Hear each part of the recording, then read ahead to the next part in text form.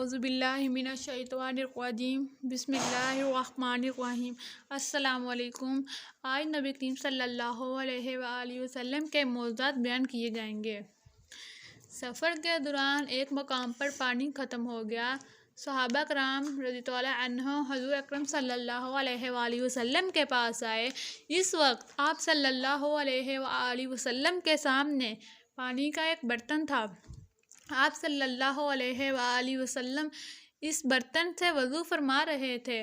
آپ صلی اللہ علیہ وآلہ وسلم نے ان سے پوچھا، کیا بات ہے؟ صحابہ نے بتایا، آپ صلی اللہ علیہ وآلہ وسلم کے پاس اس برتن میں جو پانی ہے، اس پانی کے علاوہ پورے لشکر میں کسی کے پاس پانی نہیں ہے۔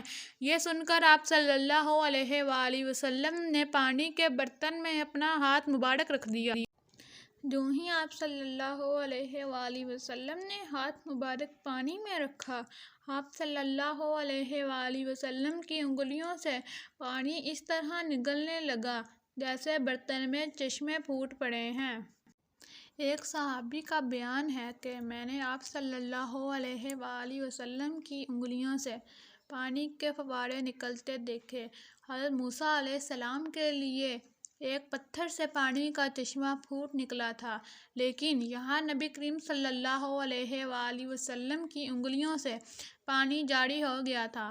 علماء کرام فرماتے ہیں کہ یہ واقعہ موسیٰ علیہ السلام والے واقعہ سے کہیں زیادہ حیرت ناک ہے، کیونکہ چشمے پہاڑوں چٹانوں سے ہی نکلتے ہیں، لہٰذا پتھر سے پانی کا جاری ہونا اتنی عجیب بات نہیں جتنی کہ حضور اکرم صلی اللہ علیہ وآلہ وسلم کی مبارک انگلیوں سے پانی جاری ہونا عجیب ہے۔ حضرت جابر کہتے ہیں، جو ہی یہ پانی کا چشمہ پھوٹا، ہم سب پینے لگے۔ ہم نے پیا بھی اور اس پانی سے وضو بھی کیا اور اپنے برتن بھی بھرے۔ اگر ہم اس وقت 1,00,000 بھی ہوتے تو پانی ہمارے لیے کافی ہو جاتا، جبکہ اس وقت ہماری تعداد 1400 تھی۔ مسلمانوں کا قافلہ عسفان کے مقام پر پہنچا تو نبی کریم صلی اللہ علیہ وآلہ وسلم کے پاس بشر بن سفیان عتکی رضی اللہ عنہ آئے۔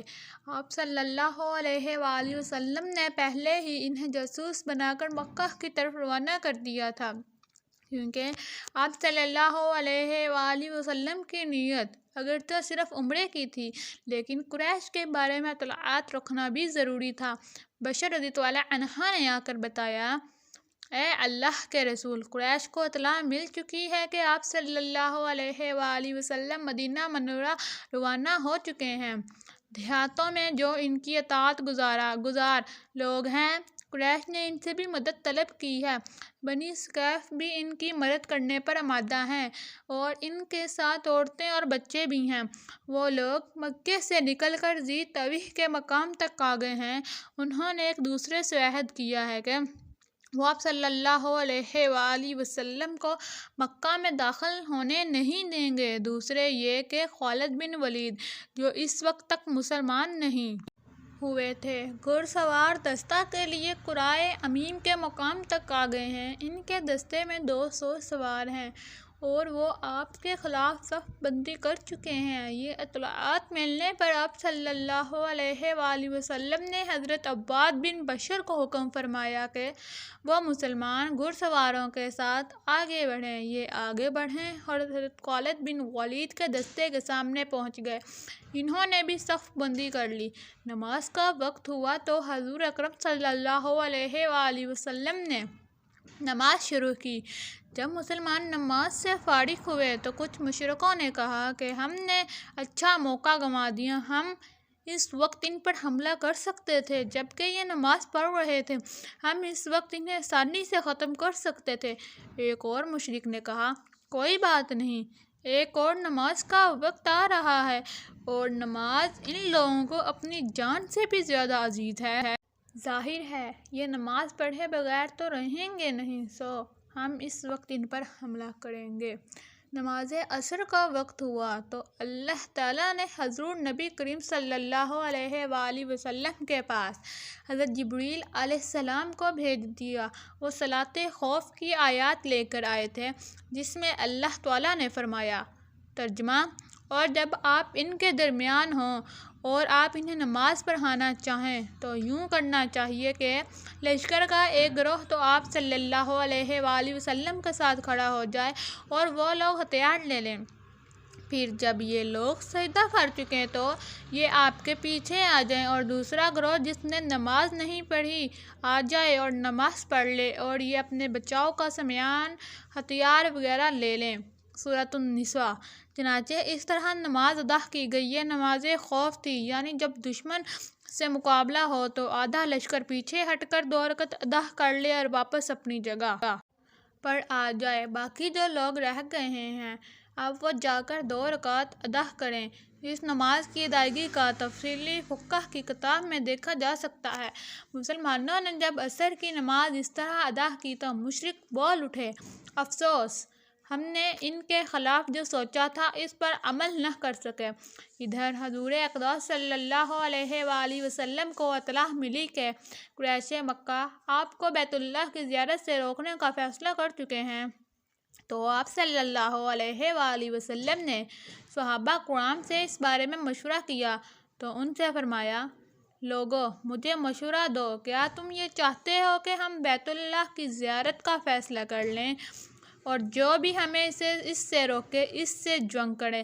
آپ صلی اللہ علیہ وآلہ وسلم کی یہ بات سن کر حضرت ابوبکر صدیق رضی اللہ عنہ نے کہا، اے اللہ کے رسول، آپ صرف بیت اللہ کی زیارت کا ارادہ فرما کر نکلے ہیں، آپ کا مقصد جنگ اور خون ریزی ہرگز نہیں، اسی لیے آپ اسی ارادے کے ساتھ آگے بڑھتے رہیں۔ اگر کوئی ہمیں اس زیارت سے روکے گا تو اس سے جنگ کریں گے۔ حضرت مقداد رضی اللہ عنہ نے کہا، اے اللہ کے رسول، ہم آپ میں سے وہ نہیں کہیں گے جو بنی اسرائیل نے موسیٰ علیہ السلام سے کہا تھا، اور تمہارا رب جا کر جنگ کرو، ہم تو یہاں بیٹھے ہیں۔ ہم تو آپ سے کہتے ہیں کہ آپ اور آپ کا رب جنگ کریں، ہم بھی آپ کے ساتھ جنگ کریں گے، اور اللہ کے رسول، اللہ کی قسم، اگر آپ ہمیں لے کر برگِ غماد بھی جانا چاہیں تو ہم آپ کے ساتھ ہوں گے، ہم میں سے ایک شخص بھی پس پیش نہیں کرے گا۔ برگِ غماد مدینہ منورہ سے بہت دور دراز کے ایک مقام کا نام ہے۔ ان دونوں حضرات کی رائے لینے کے بعد آپ صلی اللہ علیہ وآلہ وسلم نے فرمایا، بس تو پھر اللہ کا نام لے کر آگے بڑھو۔ چنانچہ مسلمان آگے روانہ ہوئے، یہاں تک کہ حدیبیہ کے مقام پر پہنچے۔ اس جگہ حضور اکرم صلی اللہ علیہ وآلہ وسلم کی اونٹنی خود بخود آگے بیٹھ گئی۔ لوگوں نے اٹھانا چاہا لیکن وہ اٹھ نہ سکی۔ لوگوں نے کہا، کسوی اڑ گئی ہے۔ نبی کریم صلی اللہ علیہ وسلم نے یہ سن کر ارشاد فرمایا، یہ اڑی نہیں اور نہ اڑنے کی اس کی عادت ہے، بلکہ اسے اس ذات نے روک لیا ہے جس نے ابرحیہ کے لشکر کو مکہ میں داخل ہونے سے روک دیا تھا۔ مطلب یہ تھا کہ کسوی خود نہیں رکی، اللہ کے حکم سے رکی ہے۔ حضور اکرم صلی اللہ علیہ وآلہ وسلم نے اس مقام پر قیام کا حکم فرمایا۔ اس پر صحابہ کرام رضی اللہ عنہم نے عرض کی، یا اللہ کے رسول، یہاں پانی نہیں ہے۔ یہ سن کر حضور اکرم صلی اللہ علیہ وآلہ وسلم نے اپنے ترکش میں سے ایک تیر نکال کر نادیہ بن جندم کو دیا، جو آپ صلی اللہ علیہ وآلہ وسلم کی قربانی کے جانوروں کے نگران تھے۔ حضور اکرم صلی اللہ علیہ وآلہ وسلم نے حکم فرمایا، یہ تیر کسی گڑھے میں گاڑ دو۔ تیر ایک ایسے گڑھے میں گاڑ دو جس میں تھوڑا سا پانی موجود تھا۔ فوراً ہی اس میں سے میٹھے پانی کا چشمہ ابلنے لگا، یہاں تک کہ تمام لوگوں نے پانی پی لیا، جانوروں کو بھی پانی پلایا۔ پھر سب جانور اس گڑھے کے گرد بیٹھ گئے۔ جب تک تیر اس گڑھے میں لگا رہا، اس میں سے پانی ابلتا رہا۔ گڑھے سے پانی ابلنے کی خبر قریش تک پہنچ گئی۔ ابو سفیان نے لوگوں سے کہا، ہم نے سنا ہے حدیبیہ کے مقام پر کوئی گڑھا ظاہر ہوا ہے، اس میں سے پانی کا چشمہ پھوٹ پڑا ہے، ذرا ہمیں بھی تو دکھاؤ، محمد نے یہ کیا کرشمہ کر دکھایا ہے؟ چنانچہ انہوں نے وہاں جا کر اس گڑھے کو دیکھا۔ گڑھے میں لگے تیر کی جڑ سے پانی نکل رہا تھا۔ یہ دیکھ کر ابو سفیان اور اس کے ساتھی کہنے لگے، اس جیسا واقعہ تو ہم نے کبھی نہیں دیکھا، یہ محمد صلی اللہ علیہ وآلہ وسلم کا چھوٹا سا جادو ہے۔